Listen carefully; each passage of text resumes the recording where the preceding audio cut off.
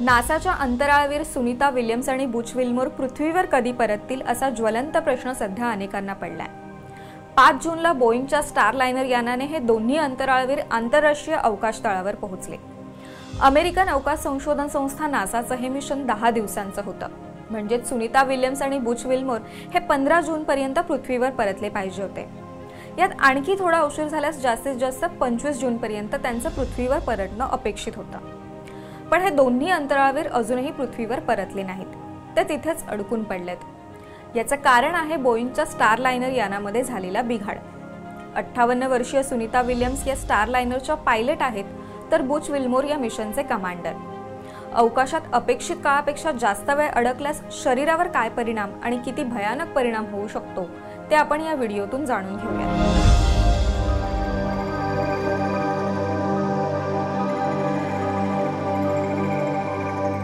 अवकाशात राहणं सोपं नाहीये, कारण तिथे वातावरण नसतं। अंतराळवीर म्हणून अवकाशात जाण्याआधी विशेष प्रशिक्षण घ्यावं लागतं। अमेरिका, रशिया या 2 देशांमध्ये अंतराळवीरांना प्रशिक्षित करण्याची व्यवस्था आहे। भारताच्या गगनयान मिशनमधील 4ही पायलट्सनी रशियात प्रशिक्षण घेतलंय।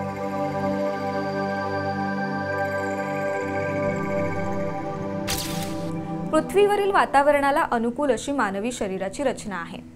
अवकाशात याच्या उलट स्थिती आहे। दीर्घकाळ अवकाशात वास्तव्य केल्यास शारीरिकदृष्ट्या अनेक समस्यांचा सामना करावा लागतो। ठरलेल्या दिवसांपेक्षा अवकाशात जास्त काळ वास्तव्य करावं लागल्यास आरोग्याला गंभीर धोका निर्माण होऊ शकतो।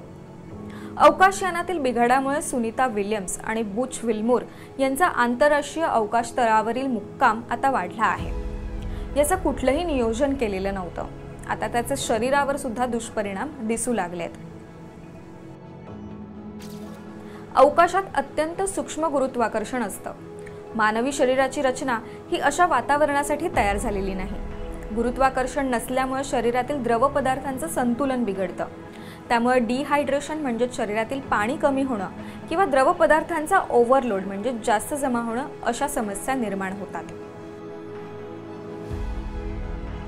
अवकाशातील दीर्घकाळ वास्तव्यात चिंता वाढवणारी बाब म्हणजे शरीरात डोक्याच्या दिशेने वाढणाऱ्या द्रव्याचं पुनर्वितरण।